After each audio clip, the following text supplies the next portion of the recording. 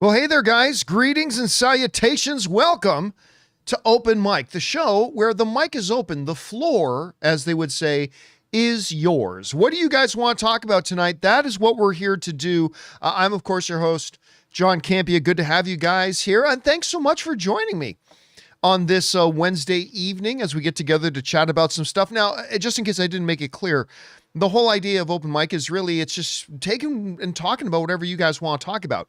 Now, on the John Campea Show, if you have a topic or a question you want to submit, you, of course, use the tip link. But here on Open Mic and all of our special live streams, you use the Super Chat feature. So if you have a thought, theory, opinion, question, or a topic you'd like us to address, go ahead and fire it on into the Super Chat. The Super Chats are open. I will let you know just when I'm about to turn them off for the evening. But for now, they are open. And so good to have you guys here joining me tonight. So I got a couple things I wanted to, one thing in particular I wanted to talk about.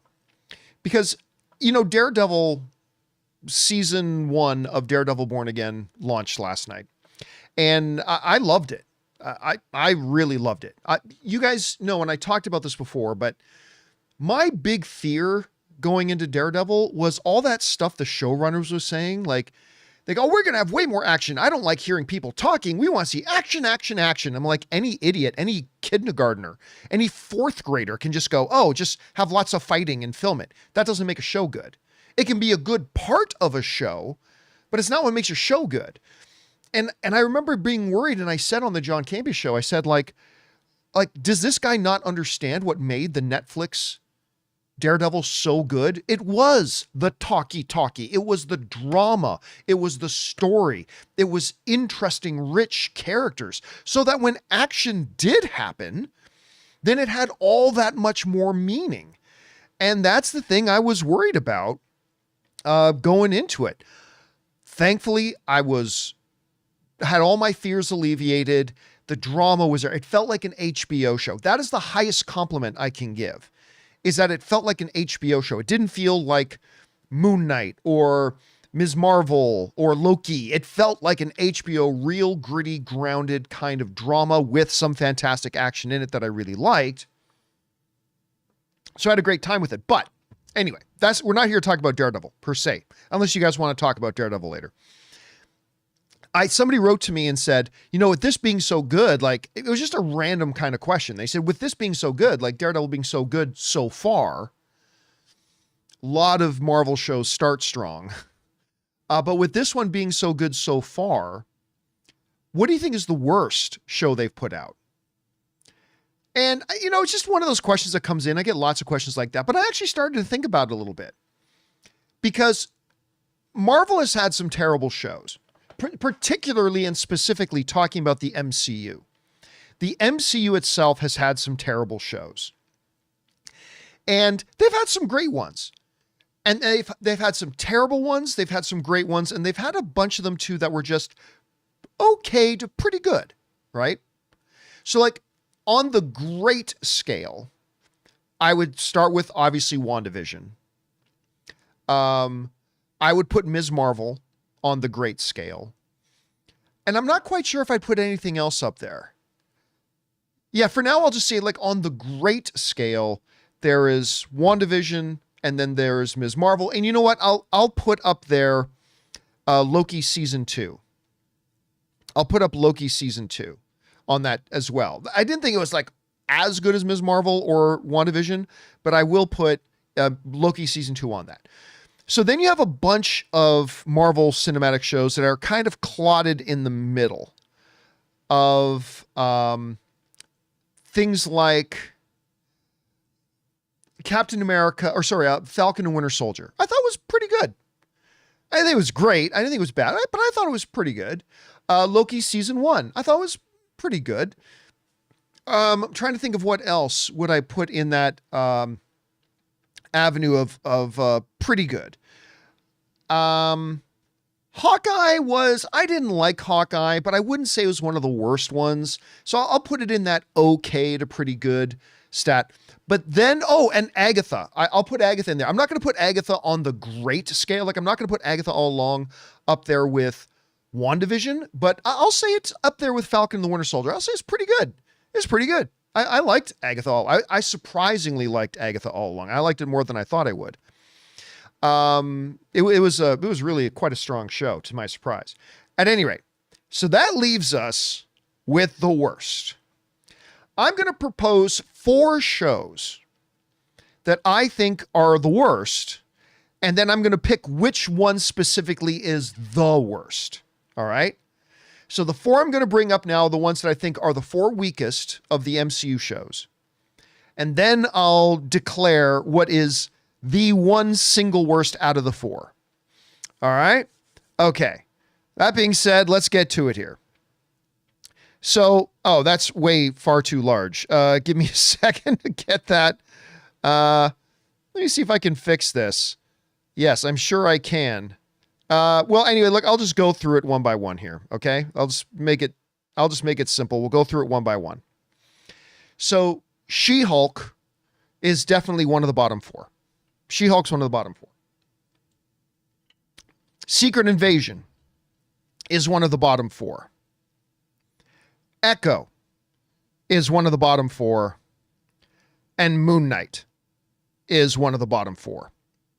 So that's what I'll put up there as far as these are the 4 worst. In no particular order, these are the 4 worst.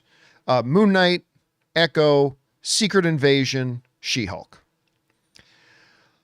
So the first one I'm going to eliminate from contention for the worst show that the MCU has had. Remember, we're talking about MCU shows. Inhumans doesn't count because that was never MCU. So we're talking about MCU shows.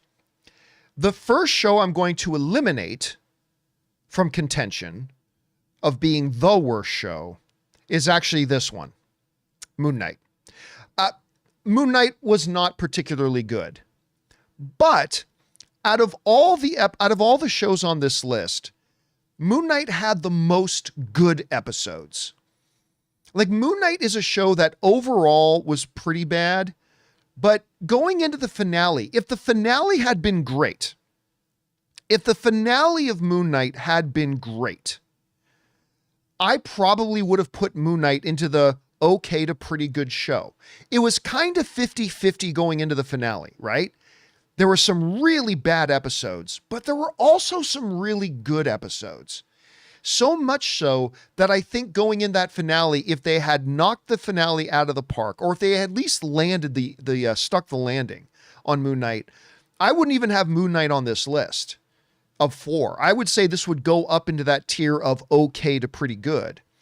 So I'm going to eliminate Moon Knight off this list. Okay, so out of the 4 weakest shows, I will say Moon Knight is not the worst. So Moon Knight goes off the list. Okay, so that leaves us with Secret Invasion, Echo, and She-Hulk. The next show I'm going to eliminate off the list as being not the worst is Echo. Echo, because here's the thing about Echo.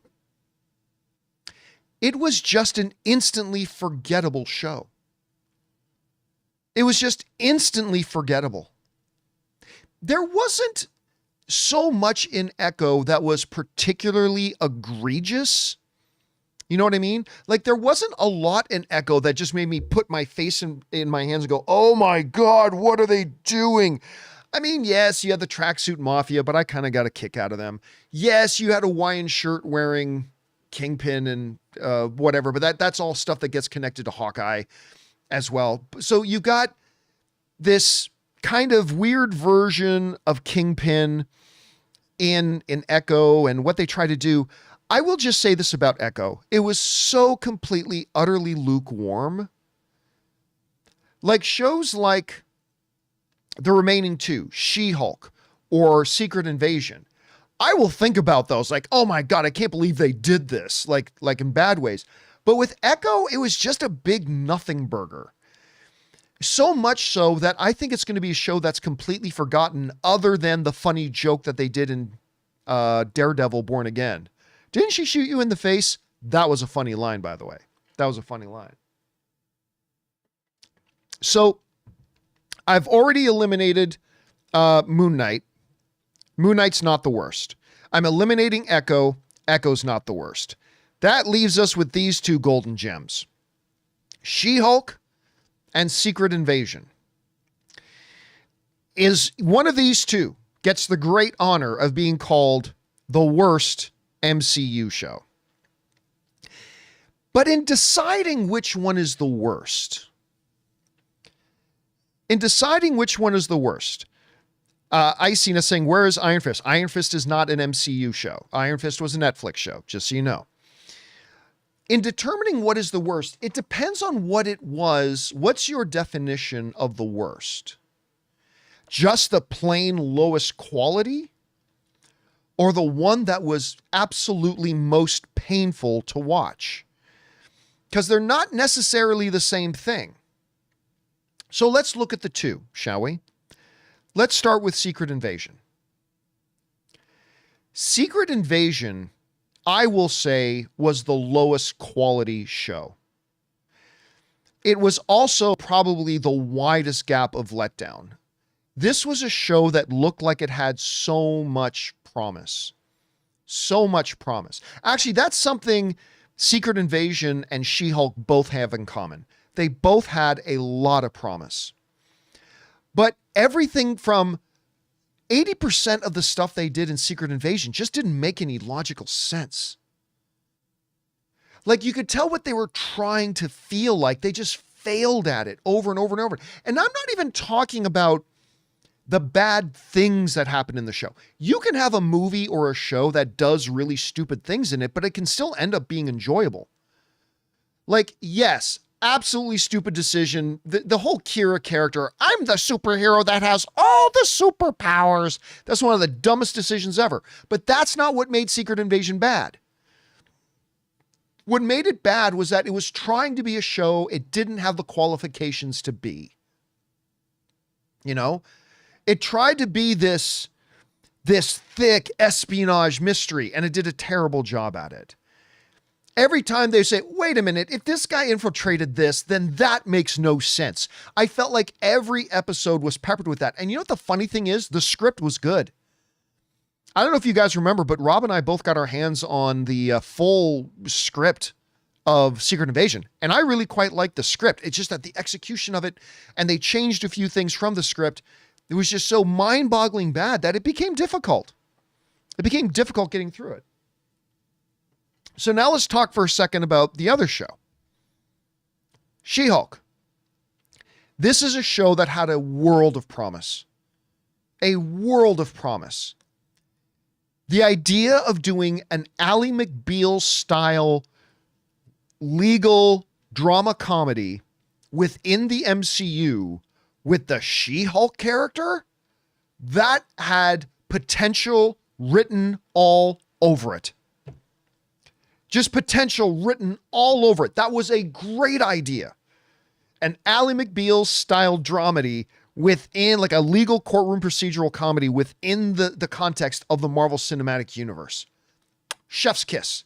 Excellent idea. It would be very different. It would be fun. And if you know anything about the She-Hulk character, you know that's perfect for She-Hulk. And by the way, I'm going to throw this out there.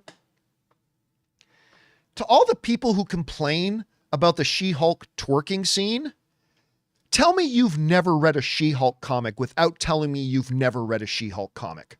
Because if you don't automatically know that is exactly something She-Hulk would do, then you've got no business saying anything. I thought the twerking scene was hilarious. I hated the show, but I thought the twerking scene was hilarious. And if you don't acknowledge, like, you don't have to like it, but if you don't at least acknowledge, yeah, that's exactly something Jennifer would do. That is exactly something She-Hulk from the comics would absolutely do. So anyway, that was good. By the way, I'm also going to send this.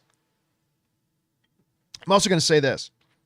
The Daredevil Walk of Shame scene might be the single greatest scene in all of the Marvel Cinematic Universe. I don't care what anybody else says. Matt doing the Walk of Shame, carrying his boots over his shoulder. Brilliant. It was two slight stars in a very black sky of a bad show, but they were two very good moments in a very bad show. So here we are.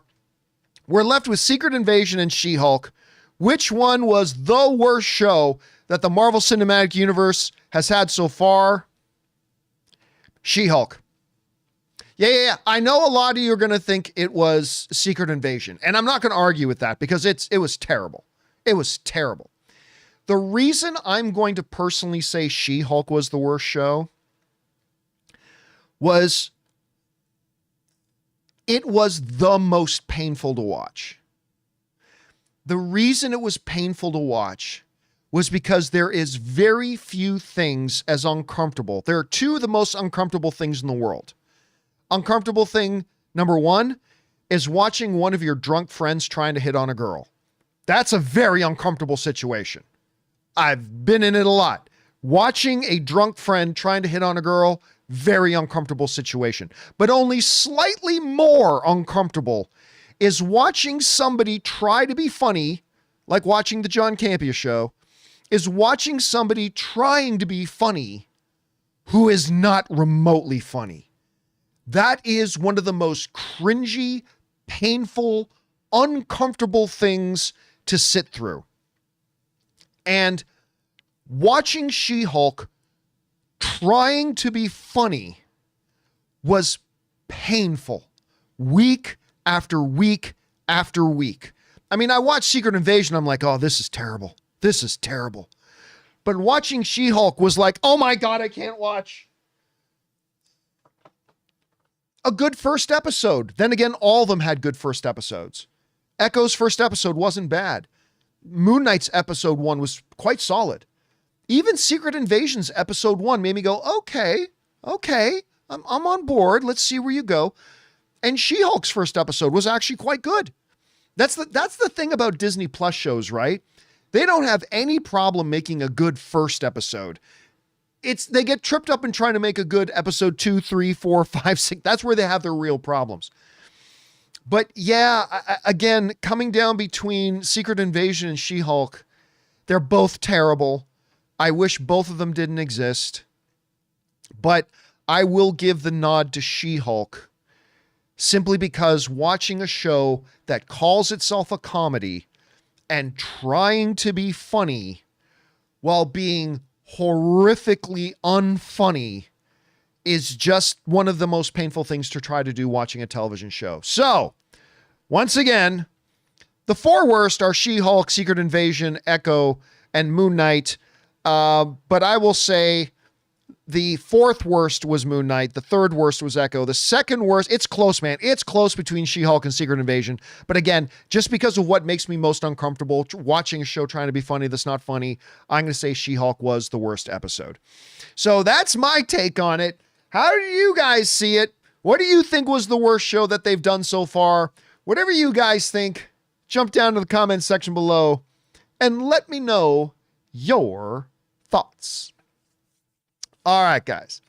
With that down, let's get on to the real reason we're here today, shall we? Which is taking your comments and questions and topics, and let's have a conversation here, shall we? So let's get things started, and we'll get things rolling with, and I messed this up. There we go. Dwayne writes, hey, John, let me see if I can adjust this a little bit, get this a little bit larger. I'm not sure if I can or not, but I'm going to try. Oh, there we go. Hold on a second. Give me a second.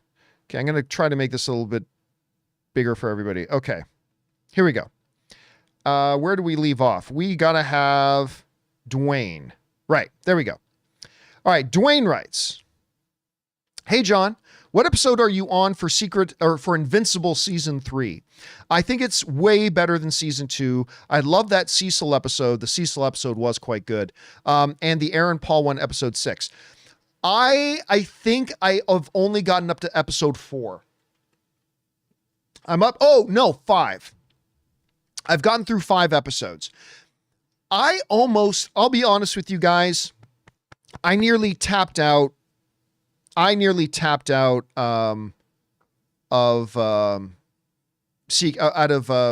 Invincible after season 2. I was not a fan of season 2.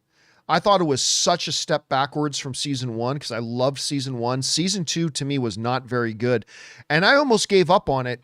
And then season 3 came out, and I'm like, I'll give it a shot. I'm glad I did because season 3 so far has been pretty darn good. Not as good as season 1 so far, but pretty darn good so far. So I'm enjoying it, Dwayne. All right, next up.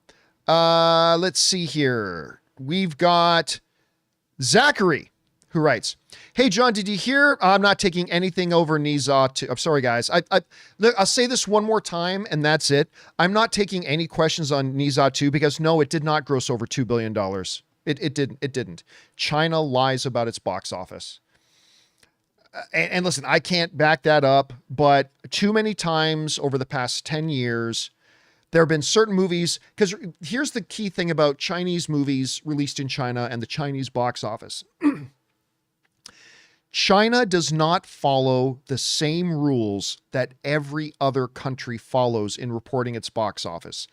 They don't have the same verification process. They don't go through credibility checks, and they don't have verification.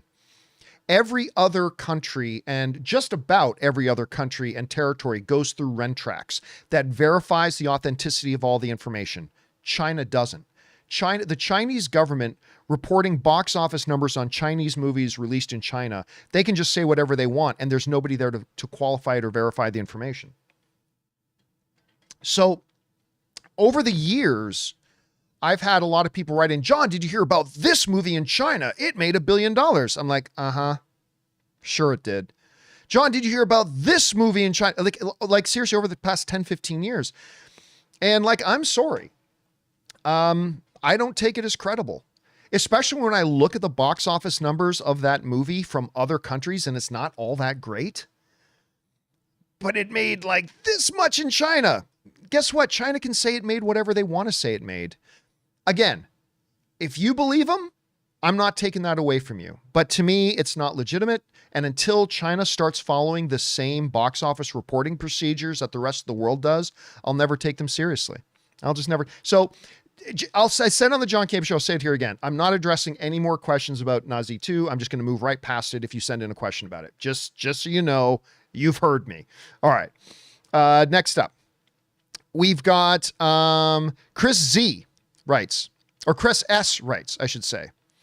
My weird comic nerd wish. James Gunn has Dex Star as the secret villain of Lanterns. Nobody expects the cat, and we know Gunn can produce tragic animal backstories with Guardians of the Galaxy Volume 3 set up Red Lanterns. I don't expect something like that. Remember, James Gunn is not directing this Lantern series, right? He's not directing this. And don't forget, this is an HBO series. Like, James Gunn is still in charge of the studio, 100%. But this is going to be more of an HBO kind of series. Much like Penguin was an HBO kind of series. So, I mean, that is an interesting wish. And by the way, that is an interesting wish. And it is totally something James Gunn would do if James Gunn was actually directing it and if it wasn't going to HBO and Max. But because it's doing that, I think you're going to get more of a True Detective kind of thing. I really do. I think we're going to get something more like that, but you never know. We'll find out. All right, next up. Chris Martin sends in a $20 super chat. Thank you, Chris. And Chris writes in, went to New York City last November, my first time ever going. I went to Wicked on Broadway, nice, at the Gershwin Theater, The Lion King, a Clay Aiton Christmas concert, and ended my trip with seeing the Rockettes. You know what? Honestly, I'm not a huge live show guy, but I'm not a live show guy, right? I've gone to see Waitress, Les Mis multiple times, Hamilton multiple times, Lion King, the stage show, Beauty and the Beast, the stage show. I've gone to a bunch of others, so I'm not a live show guy, but absolutely, I've always thought. Now, I'm not a fan of New York City. I even turned down doing a TV show once for a cable network because it would have required me going to New York City a few times a month, and I'm just not comfortable in New York City. That being said, if I was going to go to New York and spend any amount of time there, that's exactly what I would do, Chris, is I would go to that rich live show culture they have there and take advantage of that, and I'm glad that you did. All right, next up. Who do we got? Murray Reich writes in. The most disappointing to me was Secret Invasion. Had so much potential. It really did. It really did. had a spy thriller vibe to it, ended up being so convoluted, confused on Rhodey Skrull. Worst of all, the Gia powers. I keep saying Kira, but it's Gia. That's what it is. I keep saying Kira. I don't know why I keep saying Kira, but it's Gia. You're right. But you know what one of the biggest head scratchers to me was? About, it came up 4 or 5 times in the show. And I wanted to scream at the TV set, Murray, every time it happened. 4 or 5 times in the series, the suggestion or an implied suggestion about, hey, Nick, do you think maybe you should call in some help? And the answer would always be, I have to deal with this alone. I got to deal with this myself. And I kept waiting for the show to give us some kind of justification for why Nick had to do it himself. I understand he saw the Skrulls as his problem. I get that. I do. But the world was at stake. The world was at stake. And Nick Fury in all of the MCU has always been portrayed as a very pragmatic person. The job's got to get done. And you do whatever you need to do to get the job done. And I just do not believe through the entire show, never once did I believe that Nick Fury would be willing to risk the fate of the world just because he felt, I got to deal with this alone. You know you're greatly increasing the chances the world ends by doing it by yourself. Yeah, but I got to do it alone. No, you don't. Like literally, you don't have to do it alone. There's a lot of people you can call. Here, use my phone, Nick. Go ahead. Use my phone. Call somebody. The fate of the world. Nah, but I got to do it alone. Like, oh my God. That's like, you know what that's like? It's like at the beginning of Infinity War, Bruce/Hulk gets bifrosted across the universe back to Earth. And then he crashes in Doctor Strange's mansion. And Strange and Wong go, what is it? And Bruce just looks at them and goes, nothing. It's something I got to deal with alone. Because that Thanos guy beat me. And I cannot let that stand. I got to deal with this by myself. The world's at stake. Of course you call in everybody. Of course you pick up the flip phone and give Steve Rogers a call. Of course you do that. So I always thought that was just so stupid. And it came up, like I said, 4 or 5 times in the series, like either directly asked or kind of implied that, hey, maybe you should bring somebody else in to help. And he's like, no, I got to deal with this alone. It's like, come on, Nick Fury wouldn't do that. Not with the world at stake. And that drove me so crazy, man. Anyway, sorry. I could rant about that all night, but I won't continue. All right. Next one up. We got Mr. Hank Dunn who writes, I enjoyed the first episodes. I'm going to assume you're talking about Daredevil. But one complaint I have is that it has too much of a budget. No, I disagree. OG show was made on bus fare, which gave it extra charm. It felt like you had, talking about Daredevil. Absolutely. I know you were talking about Daredevil there. I disagree. Listen, if you're going to tell this, the budget should match the story, right? And first of all, Daredevil does not strike me as a high budget show. But I think if your story is going to be about the nature of the city and Wilson Fisk becoming the mayor of the city, you've got to feel the scope of it. You've got to feel the scope of the city. Not just a couple of dark rooms, not just a couple of hallways, not just a couple of kitchen conversations.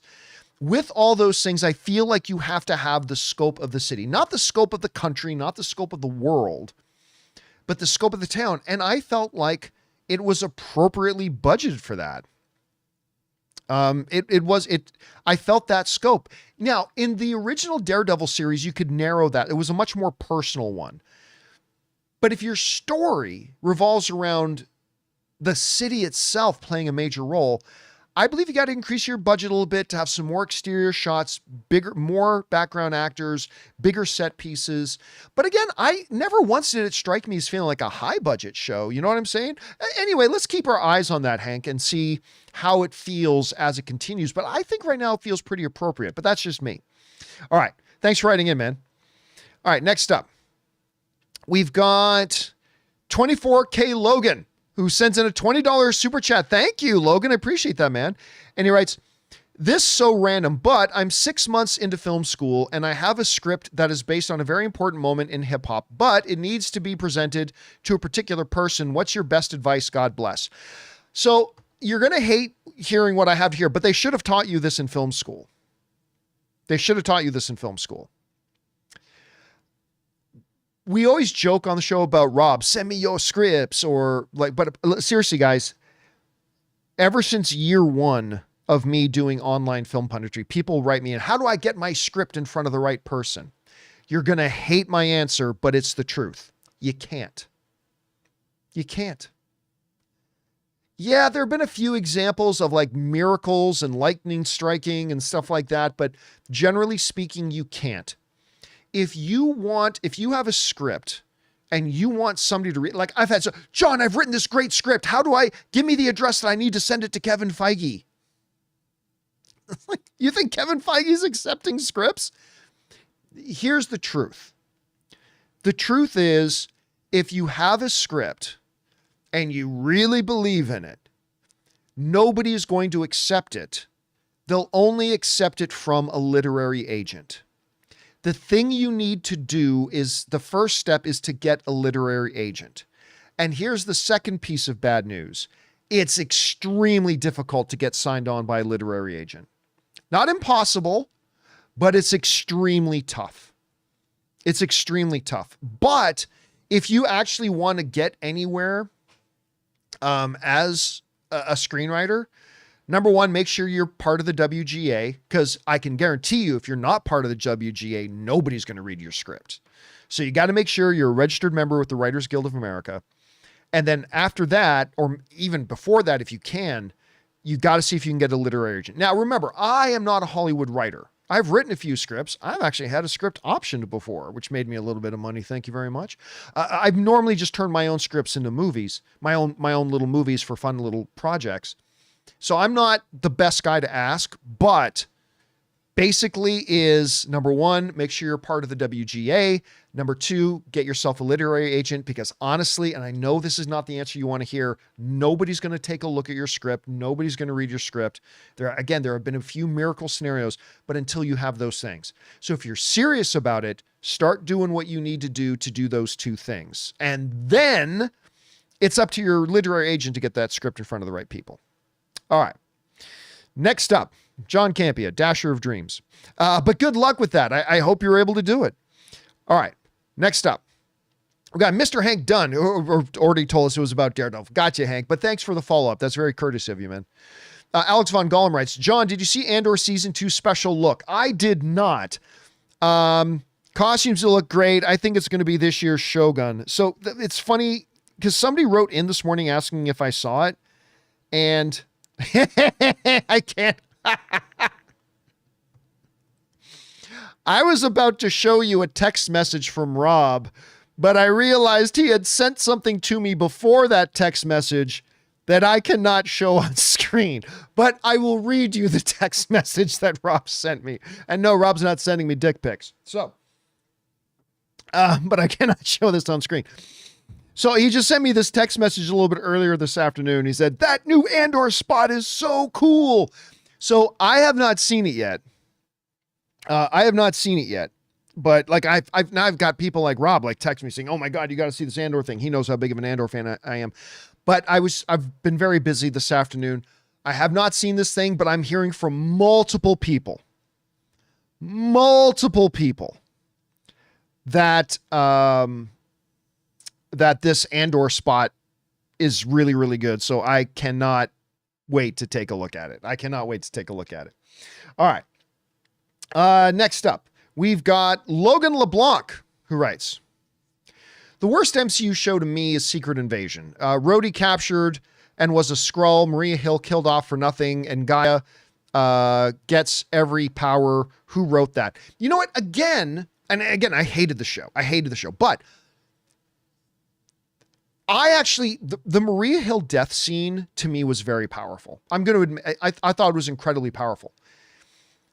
And here's the thing. If you're the Marvel Cinematic Universe, you got to pepper in stuff like that every now and again to make it feel like somebody could actually die any moment.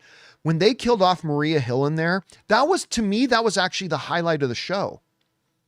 And I love the Maria Hill character, played by good Canadian kid Colby Smulders. I love that character. But by killing off an important character like Maria Hill, you created weight, you created stakes, you created consequences, you created a moral pivot point for our lead character, Nick Fury. Narratively speaking, and by the service to the story, the Maria Hill death was actually quite effective. And I hated the show. But like, events in a story is not what makes the story bad. The story is bad when nothing you're doing makes any sense and everything feels so contrived and all that kind of stuff. But like, the Gaia thing was certainly stupid. A number of things they did, but that wasn't why the show was bad. Those were kind of byproducts. In my opinion, Logan, those things that you mentioned are byproducts of the show being bad already. You know what I'm saying? Do you see what I'm saying? It's not like those things happened and therefore the show is bad. To me, it's like, no, it's completely the opposite. The show is just a fundamentally badly made show. And as a result of that, certain stupid things happened in it. But that's just kind of my feeling on it. Let's see. Next up, we got Linda Ferguson, who, let's see if I can get her on screen here. There she is. Linda Ferguson writes, do you like the TV series of The Pit? I do very much. And Slow Horses. I've still never watched Slow Horses. I am off to cinema today to watch The Big Lebowski. I hope it's good. Oh, you're going to love The Big Lebowski. You're in for a treat. So yeah, I've still not watched Slow Horses. I totally have it. I'm totally intending to watch Slow Horses. I've just never got around to it. But The Pit, I'm surprised. I'm not often into like the medical dramas. Like, I was never really into ER. I watched a bunch of ER, but I was never really into ER or St. Elsewhere or like these big medical procedurals. But The Pit is really quite good. I'm always kind of glued to the screen when The Pit is on. If you haven't watched The Pit, it's a medical drama. It's kind of like 24. The show happens in real time. Like, every episode is 1 hour of the day, like 7 to 8 a.m. is episode 1. 8 a.m. to 9 a.m. is episode 2. And so on and so forth. And it's really quite gripping. It's really good. And I heard that they got renewed for a season 2, which I am very excited about. All right, guys. With that all down, we still have more questions to get to. And by the way, the super chats right now are still open. We have a bunch of more questions to get to. But before we do, we're going to take a quick moment and thank a couple of sponsors of today's episode of Open Mic, our friends at PrizePicks and Hungryroot. Hey guys, we want to take a second to thank a sponsor of today's video, PrizePicks. All right, guys, if you're watching basketball this season and not playing PrizePicks, you are seriously missing out. This is hands down the most fun way to get in on the action. PrizePicks is daily fantasy made easy. You just pick more or less on at least 2 player stats like points, rebounds, or assists for a shot to win up to 1,000 times your cash. It's available in more than 30 states, including California, Texas, and Georgia. This week, I'm looking at the board and I'm going with Luka Doncic for more than 25 points and Jason Tatum for more than 8 rebounds. That's my lineup. Simple, quick, and way more fun to watch the games. And on top of that, PrizePicks hooks you up with awesome promos like Taco Tuesday, where you get player projections at a discount for even bigger value. So download the app today and use the code Campea to get $50 instantly after you play your first $5 lineup. That's right. Just play $5 and you get $50 automatically. PrizePicks. Run your game. Guys, we want to take a second to thank a sponsor of today's video, Hungryroot. You know, grocery shopping used to be one of the biggest struggles. Between your busy schedule and wanting to eat healthier, it just feels impossible to stay on top of everything. But all that changes when you discover Hungryroot, the easiest way to eat healthy without the hassles. Hungryroot is like having your own personal grocery shopper. They take care of the weekly shopping for you, recommending healthy, high-quality groceries tailored to your tastes, nutritional preferences, and even health goals. They've got it all: smoothies, snacks for the kids, ready-to-eat meals, and even supplements. For me, Hungryroot is absolutely a game changer, guys. My health goals have become so much easier to stick to. I love how they personalize my cart every week and even get smart about my preferences as I go. It's honestly stress-free and so simple. You're gonna love Hungryroot as much as I do. Take advantage of this exclusive offer. For a limited time, get 40% off your first box, plus get a free item in every box for life. Go to hungryroot.com/Campea and use the code Campea. That's hungryroot.com/Campea, using the code Campea to get 40% off your first box and a free item of your choice for life. hungryroot.com/Campea, code Campea. And thank you to our friends at Hungryroot and PrizePicks for sponsoring tonight's episode of Open Mic. All right, guys, just letting you know, I am turning off the super chats. We've got more than enough to finish off the show in there already. So I am turning them off. I'm going to give you guys, like, if you did have a last second one you wanted to send in, you got another 10 seconds to send it in, but then I am turning it off, okay? All right, fair warning given.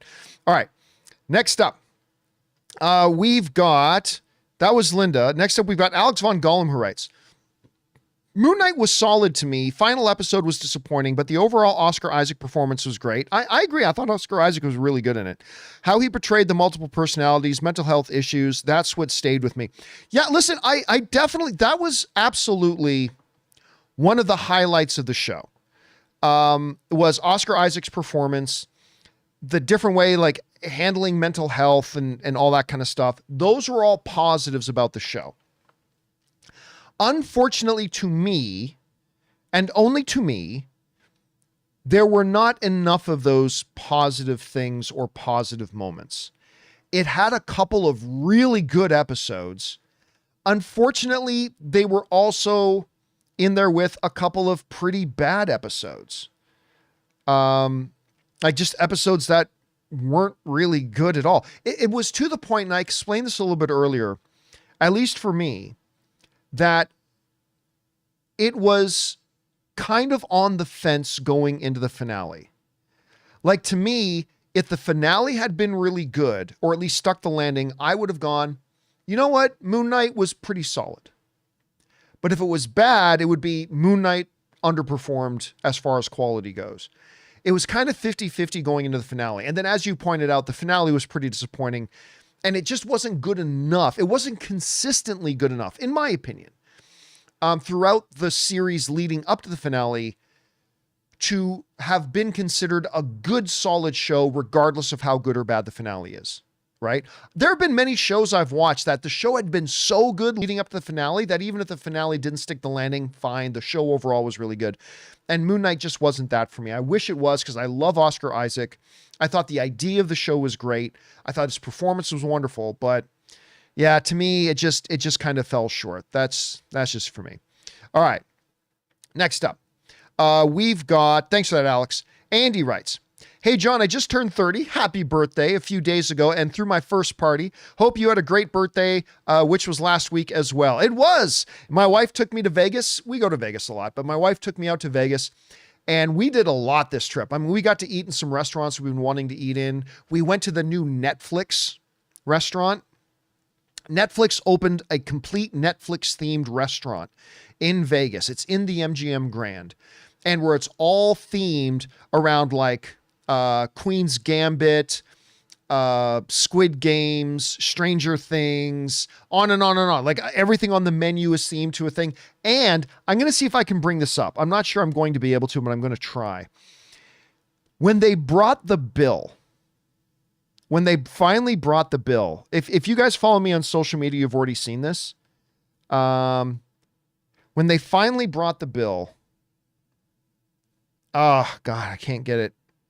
There it is. Okay. When they finally brought the bill, there's me holding the bill. They brought the bill in the old DVD envelopes that Netflix used to send out, which was, again, mwah, chef's kiss. It was absolutely wonderful and absolutely perfect. Absolutely wonderful and absolutely perfect. That they would bring it in that. So it was a good experience, and the food was pretty good. It wasn't the best, but the food was pretty good. We then also ate at, where else did we eat? We ate at Gordon Ramsay's Hell's Kitchen. Quite good. Not the best, but quite good. I think I like there's even a couple of other Gordon Ramsay restaurants I like better in Vegas. Gordon Ramsay's steak, I think, is a little bit better. Gordon Ramsay's burger is I actually love Gordon Ramsay's burger. There's two of them now in Las Vegas. One at Flamingo, I think, and one at Planet Hollywood, and they're both fantastic. But the best meal we had in Vegas this past weekend was at this new Chinese seafood. I don't even like seafood. They had more stuff than just seafood, but it was this new Chinese seafood all-you-can-eat buffet at Resorts World. And it was remarkable. Absolutely remarkable. I can't remember the name of the place. You can look it up, Chinese Buffet, Resorts World. You can go look it up. And it wasn't even the worst pricing. It was $65 a person, which is a little bit pricey. But compared to like Bacchanal and stuff like that can be $80, $90 a person. At $65 a person. And they had things on the buffet that if you would have just ordered it as a dish, you would have been paying $70 for it by itself. The food was absolutely remarkable. I highly recommend you giving a shot. And then we capped it off by going to see Kevin Hart live. And that show was really funny. That was a really, really funny show. Kevin Hart is not my favorite comedian by any stretch. But I laughed my guts out. It was a funny show, man. If you get a chance to see Kevin Hart live, I actually highly recommend it. So that was my birthday weekend. So happy birthday to you too, my friend. All right, next up. That's the wrong one. There we go. We go to Rachel Knight, who writes, releasing Born Again for Ash Wednesday was smart. It is. The deep, deep Catholic boy. I, of course, very Giovanni Bertano Campea. My Catholic confirmation name was Mark, by the way. Ash Wednesday. And it was, you know what? So much so, they really should have leaned into that in their marketing. Because of the heavy Catholic and Catholicism stuff surrounding Matt Murdock. They absolutely, because they didn't lean into that in their marketing at all. They should have absolutely come out, on the day before Ash Wednesday comes the most Catholic of Catholic superheroes, Daredevil. They totally should have leaned into that because it was a good idea, but they undermined their good idea by not taking advantage of it in their marketing. They totally should have made it a part of their marketing. Anyway, Andy writes, today's Ash Wednesday, somebody who knows their Catholicism. Today's Ash Wednesday, which reminds me of Ash Wednesday last year when I came to Mass late, but arrived to Madam Web on that opening night early. Was it a year ago? Are we on some kind of anniversary? Now I got to look that up. When did, hold a second. What's it called again? It was called Madam Web release date. I can't remember when Madam Web came out. No, that was February 14th. It's been 1 year. How did we not do a special on Valentine's Day commemorating and celebrating the release of Madam Web? How did we let that slip by us? Totally should have been on that, celebrating the 1 year anniversary of Madam Web. Anyway, next up, we've got, that's the wrong one. We've got SJ's Disney Adventures writes, what should I watch before Born Again? Daredevil. I would say this though, after watching Daredevil, 1 and 2 or Daredevil's episodes 1 and 2 last night, I don't think you have to see the Netflix Daredevil in order to watch this. I think they do a pretty good job of letting the viewer know what's going on. That being said, I also kind of feel that you would greatly benefit by watching Daredevil first. It's only 3 seasons. It's not a huge amount of episodes. It's not 20 episode seasons or anything like that. I would get caught up and watch that. Number one, just because the Daredevil original series, seasons 1 through 3, were all fantastic. absolutely fantastic. And I think you'll get a lot more out of the new show if you watch. I don't think you have to, but I think you'll get more out of it if you do. All right. Next up, we got Andy again, who writes, Jon Stewart did a masterful job tying his most recent Daily Show segment with John Cena's heel turn, which I keep seeing everywhere. I have not seen the most recent Jon Stewart thing. Jon Stewart, I'll tell you what. I don't want to live in a world where we don't have John Oliver and Jon Stewart.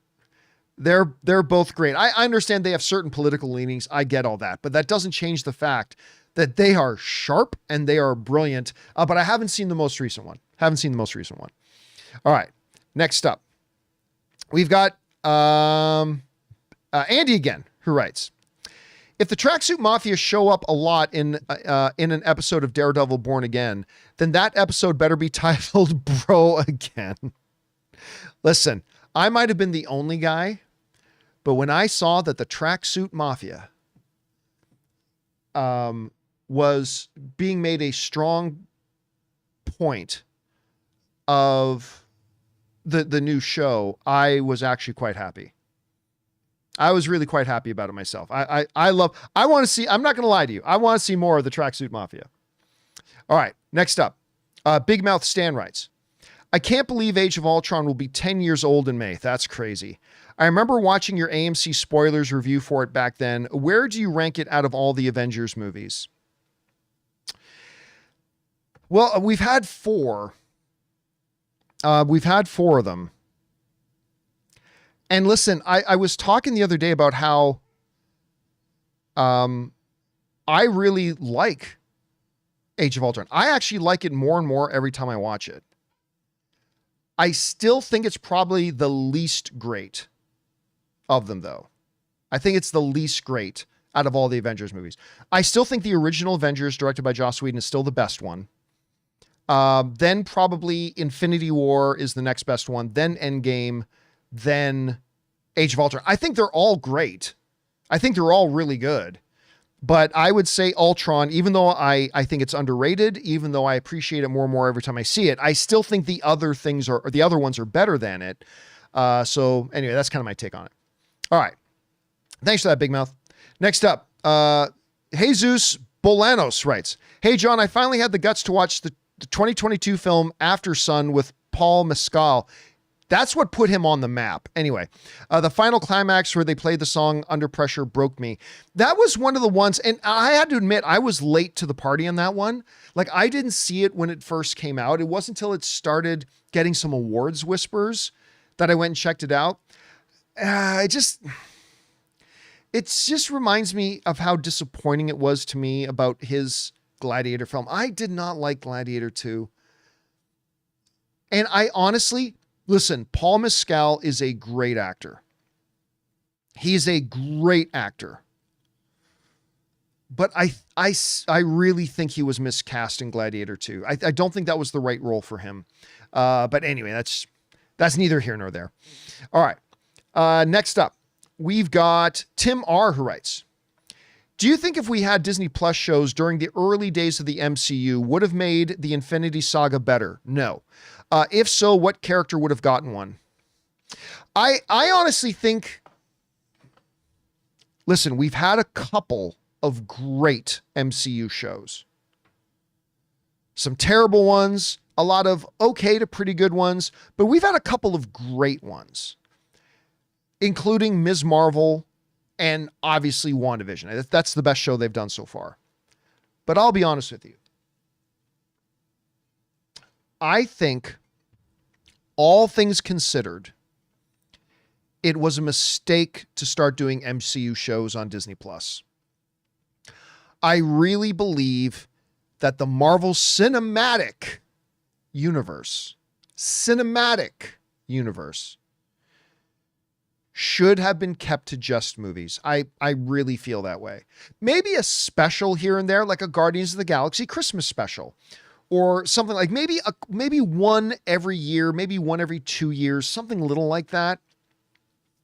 But I honestly feel like overall, even though there's been some good stuff, even though there's been some great stuff, I think overall the Marvel Cinematic Universe on on Disney Plus has hurt the MCU overall. Again, I'm not taking away from any of the wins because there have been some wins. I'm just saying overall, I feel like they diluted. I feel like they diluted the MCU brand. And like when you're putting out stuff like Echo and She-Hulk and Secret Invasion and stuff like it just overall lowers the overall feeling, sentiment towards the brand and the quality of the brand. And again, there have been some wins, absolutely. But I think overall the negative impact having MCU Disney Plus shows have had more of a negative impact on the MCU than a positive one. So no, I definitely don't think in those original 3 phases that they should have done Disney Plus shows. I really, really don't. I think the MCU should stick to being movies. And yeah. And listen, hopefully shows like Ironheart or Wonder Man or Daredevil Born Again will start to change my mind on that. But right now, I kind of feel like they should just stick to movies. But that's just me. All right. Next up. Keaton writes, do you think Hans Zimmer knew he had something special with the Dune 2 score? I'm going to guess he did.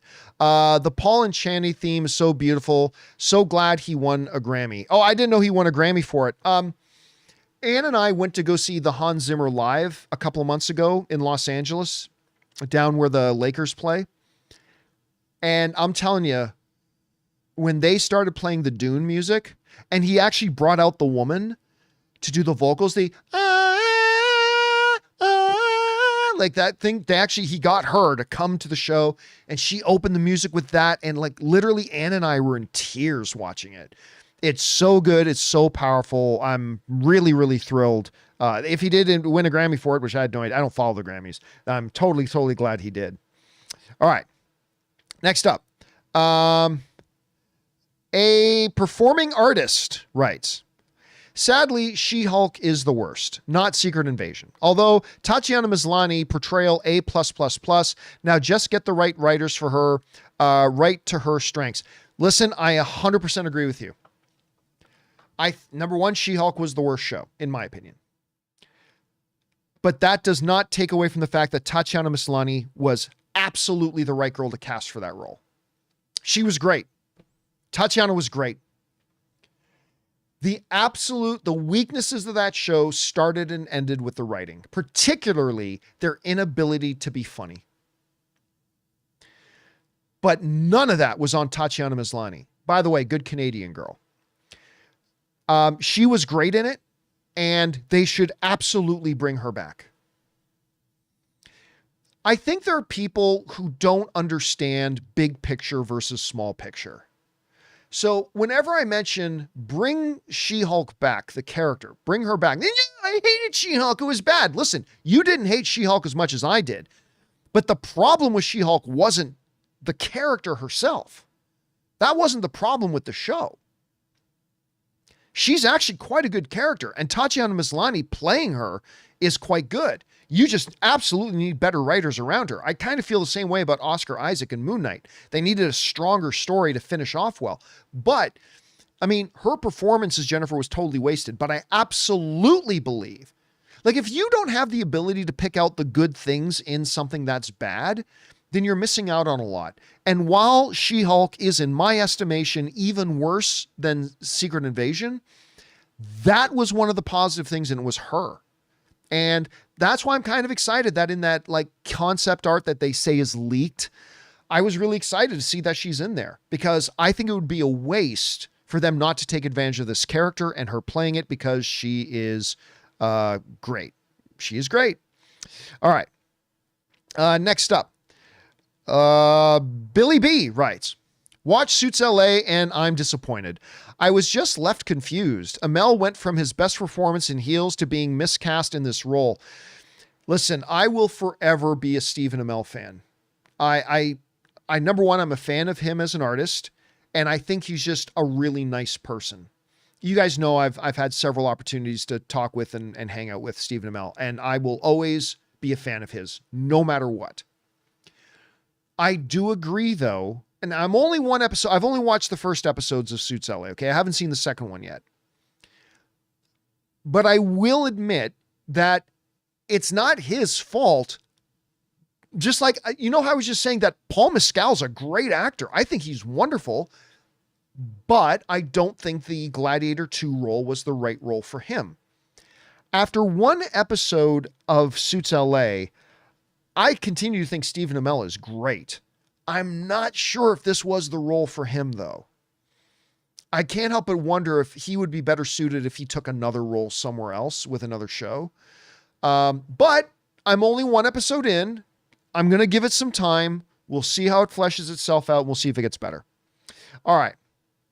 Next up, we got Draven, who writes, I know it isn't quite on topic, but I noticed guys, please don't write in acronyms, but Daredevil Born Again, I know about Adam. Few scenes later, Mare's desk, I think, a close-up of Fisk's knuckles shows some trauma, possibly from punching.